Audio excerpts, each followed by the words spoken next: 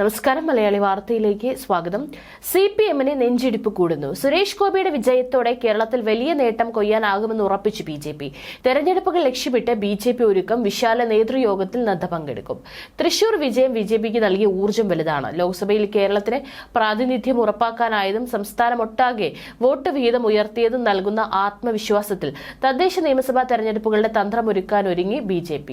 സംഘടനാ ചുമതലയുള്ള 3000-ഓളം പ്രതിനിധികളെ പങ്കെടുപ്പിച്ച് ചൊവ്വാഴ്ച തിരുവനന്തപുരത്ത് നടക്കുന്ന സംസ്ഥാനതല വിശാല നേതൃയോഗം തെരഞ്ഞെടുപ്പ് ഒരുക്കത്തിന്റെ തുടക്കം കൂടിയാകും. ചൊവ്വാഴ്ച ഗിരിദീപം കൺവെൻഷൻ സെന്ററിൽ പഞ്ചായത്ത് സമിതി മുതലുള്ള നേതാക്കളുടെ യോഗം 11 മുതൽ 6 വരെ നടക്കും. വൈകിട്ട് ദേശീയ അധ്യക്ഷൻ JP നദ്ദയും പരിപാടിയിൽ പങ്കെടുക്കും. തദ്ദേശ തെരഞ്ഞെടുപ്പിൽ നിലവിലെ ജനപ്രതിനിധികളുടെ എണ്ണം 1600-ൽ നിന്ന് ഉയർത്തുക, തിരുവനന്തപുരം തൃശൂർ കോർപ്പറേഷനുകളിലും 25 മുനിസിപ്പാലിറ്റികളിലും 100 പഞ്ചായത്തുകളിലും ഭരണം പിടിക്കുക, നിയമസഭയിൽ പ്രാതിനിധ്യം ഉറപ്പാക്കുക തുടങ്ങിയവയാണ് ലക്ഷ്യം. CPM-ന്റെ കുത്തകയായ പാർട്ടി ഗ്രാമങ്ങളിലെ വോട്ട് ചോർച്ച ഇടതുനിരയിലെ അസ്വസ്ഥതയാണെന്ന് BJP വിലയിരുത്തുന്നു. ഈ അസ്വസ്ഥത മുതലെടുക്കാൻ ശ്രമിക്കും. തിരുവനന്തപുരത്ത് പരാജയത്തിന് മുഖ്യ കാരണമായ തീരദേശ മേഖലയുടെ അകൽച്ച ഇല്ലാതാക്കാൻ കർമ്മ പദ്ധതി തയ്യാറാക്കും. വോട്ട് ബാങ്കായി CPM കരുതിയിരുന്ന ഈഴവ സമുദായം തങ്ങൾക്കൊപ്പമുണ്ടെന്നതിലും BJP ആശ്വസിക്കുന്നു. സർക്കാർ വിരുദ്ധ വികാരം മാത്രമല്ല, CPM-ന്റെ പ്രീണന സമീപനവും ക്രൈസ്തവരുടെ നിലപാട് മാറ്റത്തിന് കാരണമായെന്നാണ് വിലയിരുത്തൽ. ചെറുതും വലുതുമായ സമുദായങ്ങളെയും പട്ടികജാതി പട്ടികവർഗ പിന്നോക്ക സമുദായങ്ങളെയും കൂടെ കൂട്ടി NDA ശക്തിപ്പെടുത്തുന്നതിന് മുൻഗണന നൽകും. അതേസമയം സർക്കാരിന്റെ മുൻഗണനകൾ നിശ്ചയിച്ച് തിരുത്തലിലേക്ക് കടക്കാൻ CPM തിരുത്തൽ വരുത്തേണ്ടത് എവിടെയൊക്കെയെന്ന് ഈ മാസം അവസാനം ചേരുന്ന സംസ്ഥാന സമിതി തീരുമാനിക്കും. തിരുത്തൽ പാർട്ടിക്ക് എത്രത്തോളം അനിവാര്യമാണെന്ന് കഴിഞ്ഞ ദിവസം അവസാനിച്ച മേഖലാ യോഗങ്ങളിൽ കേന്ദ്ര നേതൃത്വം താഴെത്തട്ടിലുള്ള നേതൃത്വത്തെ ബോധ്യപ്പെടുത്തിയിട്ടുണ്ട്.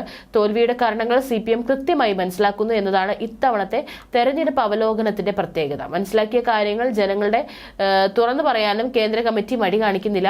സർക്കാർ വിരുദ്ധ വികാരം തന്നെയാണ് തോൽവിയുടെ മുഖ്യ കാരണമെന്ന് മനസ്സിലാക്കിയാണ് സർക്കാരിന്റെ പ്രവർത്തനങ്ങളിൽ തന്നെ തിരുത്തൽ വരുത്താൻ പാർട്ടി മുന്നോട്ട് നീങ്ങുന്നത്.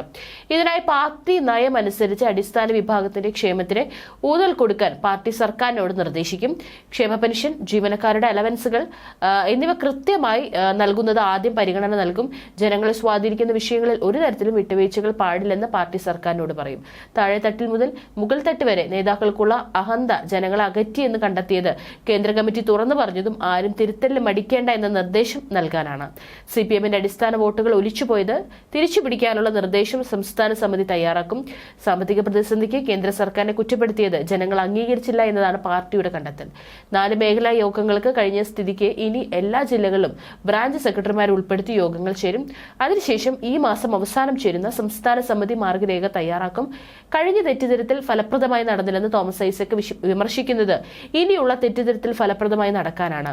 നേതാക്കളുടെ ശൈലിയെപ്പറ്റി CPM തിരുത്തൽ ആവശ്യപ്പെടുമ്പോൾ മുഖ്യമന്ത്രി എങ്ങനെ തിരുത്തുന്നത് എല്ലാവരും ഉറ്റുനോക്കുന്ന പ്രധാന കാര്യമാണ്.